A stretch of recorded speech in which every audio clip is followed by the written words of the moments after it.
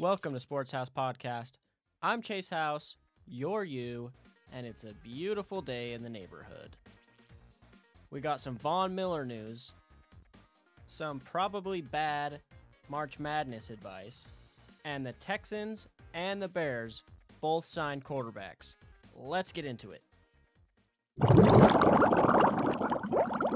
The Denver Broncos have picked up Von Miller's $7 million guarantee that goes towards his $18 million for the 2021 season, which means he is staying in Denver for at least another year.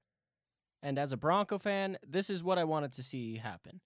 Von Miller's a huge part of the Denver Broncos, and they're not just the fan base, but the franchise.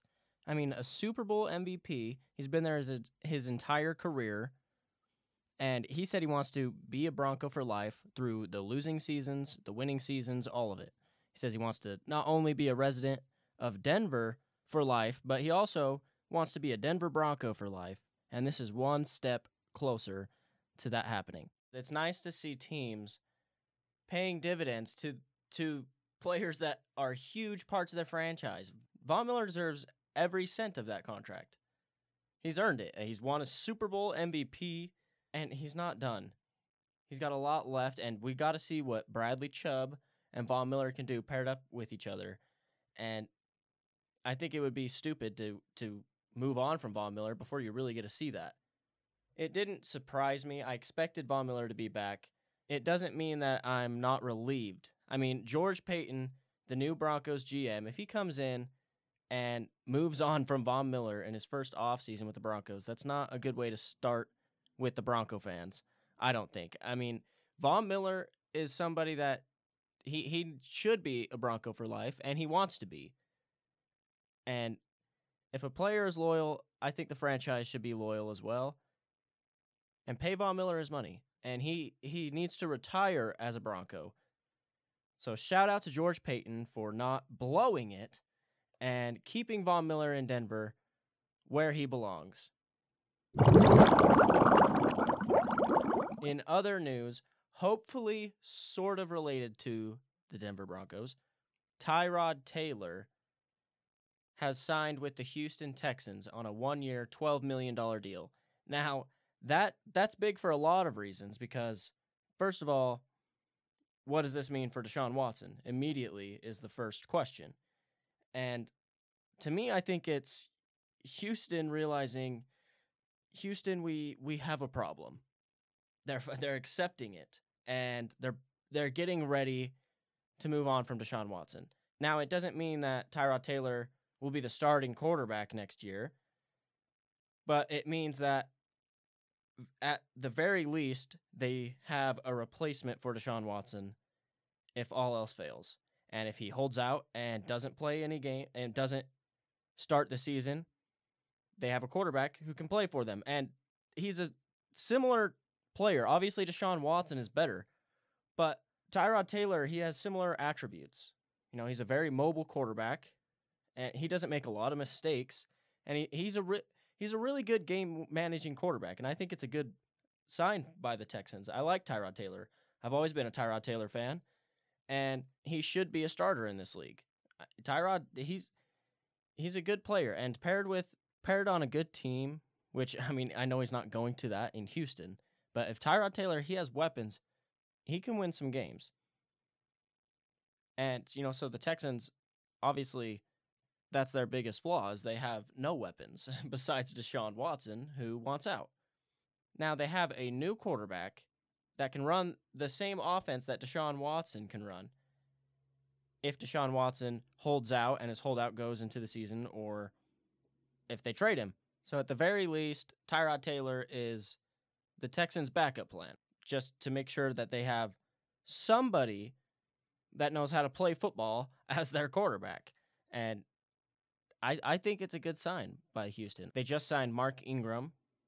It's the Texans, they're in a terrible situation, obviously. They're on the brink of losing their franchise quarterback, but they have to do something. You have a new GM, new head coach that are really going to try to change the culture of Houston. It starts with getting players that want to play for your team and getting rid of the ones that openly critique your team and badmouth your team and say that they want out. You shouldn't want those players on your team anyways, and you shouldn't have to force players to want to play for your organization. And I think the Texans are finally realizing that whether they like it or not, they're going to have to come to the sense of reality that Deshaun Watson is not going to be their quarterback. Michael Lombardi said Deshaun Watson has narrowed the number of teams that he wants to play for down to 2. And this is actually huge news because Deshaun Watson has a no-trade clause, which means if he doesn't want to play for a team that the Houston Texans are being offered the best package for Deshaun Watson, he can say no, and they have no leverage there. So Deshaun Watson, that's his only leverage is that he has a no-trade clause, and he's said that he can sit out games, and he'll make it uncomfortable, and he's prepared to pay fines to not play. The 2 teams that he's narrowed his options down to are the San Francisco 49ers and the Denver Broncos.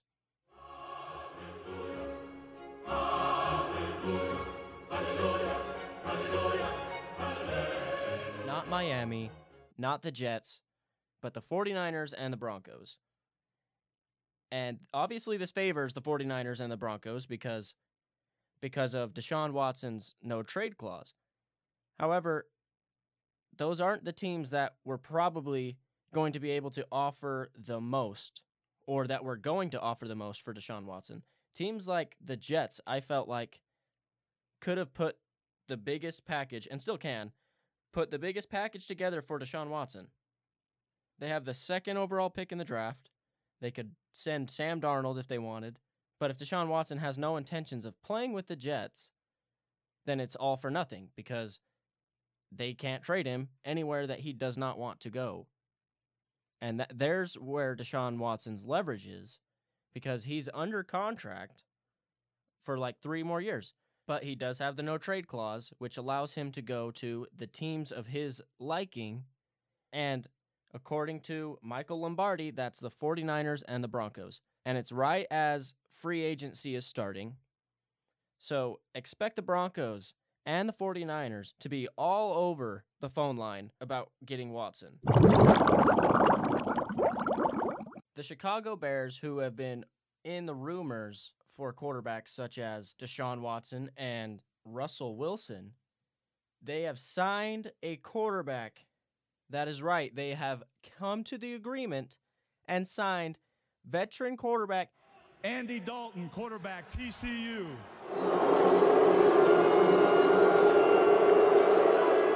To a 1-year deal. Now, I just want to say I feel for you Bear fans because that's brutal. That news, just to imagine getting your hopes up for a potential quarterback like Watson or Russell Wilson, and then for your team to sign the Red Rifle, Andy Dalton. That's a gut punch. And no disrespect to Andy Dalton, but he's not Russell Wilson and he's not Watson. So I just want to say that I'm praying for you Bear fans because that would suck. And supposedly Andy Dalton is going to be in a competition with Nick Foles for the starting quarterback position. And at least that's kind of a win. They're not saying anything about Trubisky. Oh, you poor Bear fans. I mean, they don't prioritize quarterbacks. They only prioritize defense, and it shows. Every time they will never make a splash, a big time free agent splash, it seems like. But hey, maybe Andy Dalton will be the best thing to ever happen to you Chicago Bear fans. But I'll still pray for you.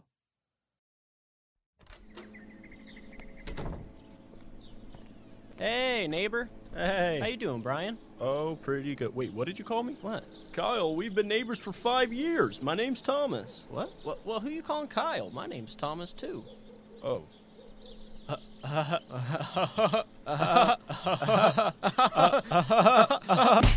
Some commercials just don't make any sense. This is one of those commercials. Sports House. 15 minutes could waste you 15% or more of your life on nonsense. Does school piss you the hell off? Are you boiling with rage and frustration? Well, come down and blow something up. That's right, our yearly festival is back, and for only $30 admission, it gets you in plus 3 sticks of dynamite. We have cars, oil tankers, bombs, all types of explosives. Mama, can I come? Of course you can. We don't give a how old you are. We will give you explosives. Come on down to the mall parking lot this Saturday and let's blow something up. Not responsible for death. Sports House Podcast. The NCAA March Madness bracket is officially set, and I have some predictions for it. I have a bold upset prediction that I want to talk about, but also it's so weird to see a March Madness bracket with no Duke or Kentucky, and it's the first time since '76 that both of those schools are not in the tournament, which is crazy, but I'm for it. I'm for these big dogs not making the tournament. I think it's cool because, you know, I don't really want to see Duke and Kentucky every year, to be honest. And I know there's a lot of fans out there that don't either. So I'm for it, and I hope this March Madness goes all the way through with no terrible hiccups and COVID cancellations, and yeah, it's just got to get played. As long as March Madness goes all the way through, then it's a win. It's a long time coming. It still doesn't sit right with me knowing that March Madness never happened last year, but it's finally here. It's all in a bubble. They're playing all the games in the Indianapolis Colts Stadium. So, I mean, it's not back to normal, but it is here in some form, which is better than no form. As for my upset prediction, I'm here to tell you that COVID-19 going back to back. Champs, baby, COVID all the way. I'm just kidding. I sure as hell hope not. But my upset prediction, the Kansas Jayhawks, the number 3 seed, will be the only 3 seed to win a game. All other 3 seeds will lose to the 14 seeds. I think Abilene Christian's going to upset Texas, although that's the one that I'm the least confident in. Morehead State beating West Virginia, and Colgate Toothpaste beating Arkansas. I have Toothpaste winning 2 games. 9 out of 10 dentists recommend them, so I'm picking them in March Madness. So Kansas will be the only 3 seed, is my prediction, that wins in the first round. Eastern Washington is who Kansas plays. I also want to say that I feel like there's going to be a lot more upsets just based on the fact that it's in a bubble. And I know that March Madness never has home court advantage, but there is certain teams that this is going to affect negatively. Obviously, teams like Virginia and teams that had to pull out of their tournaments, their conference tournaments because of COVID, it's going to affect them the most negatively. Not being able to practice before, and just the environment of being condensed into a little bubble. It's definitely going to be different than if it was played out normally. And the same could be said about the NBA playoffs last year. It is going to change the outcome of games, whether you like it or not. And for my bracket prediction, by the way, you can take my advice, but you can also not. There's been times where I've done really well at my bracket, and I've won a lot of bracket leagues that I've been in, but I've also had terrible brackets, and brackets are also extremely random. And sometimes your little 7-year-old brother will just have like a perfect bracket for the first 2 rounds, and you have no idea why. And sometimes you just have people picking just straight up mascots that that get fairly accurate brackets. For the Texas and Abilene Christian University game, the reason I'm picking Texas to lose this game, their 3-point percentage is basically identical. Texas actually has like 0.3 higher. But ACU, I mean, they average more fast break points, better field goal percentage, more points in the paint. They hold their opponents to less points per game. They score more points per game. They average less turnovers, and they also average over 3 more steals a game. They have a slightly better offensive efficiency rating. I think this is an upset watch. I really do. Texas is favored by 9, and I think Abilene Christian is going to pull one off. And I'm taking Colgate to beat Arkansas, and the reason I'm taking the best toothpaste brand in the business, they shoot 40% for 3. Meanwhile, Arkansas only shoots 33%. I mean, 7% in 3-ball percentage. That's a big gap. They shoot the ball better.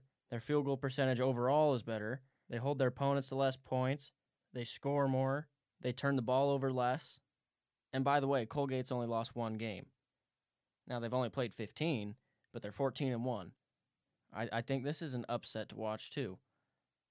And the other 3-seed game that I have, West Virginia losing to Morehead State. And I've never even heard of this school. I've never even heard of Morehead State, and I'd be lying if I told you that I did. And there's not really any numbers that really favor Morehead State besides, I mean, they shoot the ball better. Their field goal percentage is like 4% higher. However, most of the numbers, they point in West Virginia's favor, but I just think this is one of those upsets where I just feel like they're going to win. It's just one of those gut feelings. March Madness, numbers, you don't always need numbers on your side. That's the beauty of March Madness, and that's what makes it so fun to watch. And I think this team is too weird to have heard of for the first time for them to lose. They're going to win. I think they're going to upset West Virginia. West Virginia's pretty big favorites in this one, too. They're 13-point favorites. But let's see if, in fact, 3 14 seeds beat the 3 seeds. You can call me crazy, but if I'm right, then you guys. In other March Madness news, Sister Jean, you remember her from Loyola Chicago's 2018 Final Four run. The school's chaplain, she wanted to be in attendance for the March Madness games in Indianapolis, and it was announced that she was not going to be able to attend due to all the COVID restrictions and such. However, it has now been announced that Sister Jean will be in attendance to watch the Loyola Chicago Ramblers in Indianapolis for March Madness, and which is so cool because she was their good luck charm in 2018. She really was, and she's 101 years old. I mean, she was like $1 million the last time I saw her. Now she's like $1.2 million. I just imagine the email or whatever it was that was sent to the people in charge of who was able to go. Reason 1. She's 101 years old and probably has minutes left on this planet, and if you do not let her go to this, have fun in hell.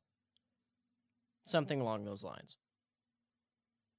Whatever was sent, it worked, and Sister Jean, Loyola Chicago's good luck charm, will be watching in Indianapolis. So go place your bets on Loyola Chicago, because Sister Jean is going to work her stuff. I want to say Wichita State. I like Wichita State. I'm a Wichita State fan. Now, they play in the first 4 as an 11 seed. They play Drake. And I drove down to a sports book, and I bet on Wichita State because Wichita State, not only are they going to beat Drake, they're going to beat USC. And I have them beating the only 3 seed left in the bracket, Kansas. in the second round. Kansas and Wichita State, they have a lot of history. I mean, they both play in Kansas. And I think Wichita is going to kind of get some revenge here. I think they're underseeded. They shouldn't be in the first four. They won the American in the regular season. They're a good team. And 2 of their 5 losses on the whole season, they didn't even have a complete team. So Wichita State's another sleeper that I have in my bracket. And by the time that this podcast comes out, that their game is probably going or ended by the time you heard it. And so I just want to say, I told you so. Yeah, that was me knocking on wood. Because I'm not stupid. But I am confident in Wichita State, especially against Drake. I mean, he's a good rapper, but come on. Oh, brother, this guy stinks! That's going to do it for this episode of Sports House Podcast. If you guys enjoyed this episode, make sure to like and follow me wherever you listen to your guys' podcasts. You can see my bracket if you want, and if you want to make fun of me for how horrible my predictions are, or if they come true, you can go see for yourself all the other ones I predict. You can join my bracket league on the March Madness app. Just search up Sports House, all one word, and join that group. And you can see for yourself the first ever complete 100% accurate bracket. I'm just kidding. I definitely do not think I'm going to get a perfect bracket. How badass would that be?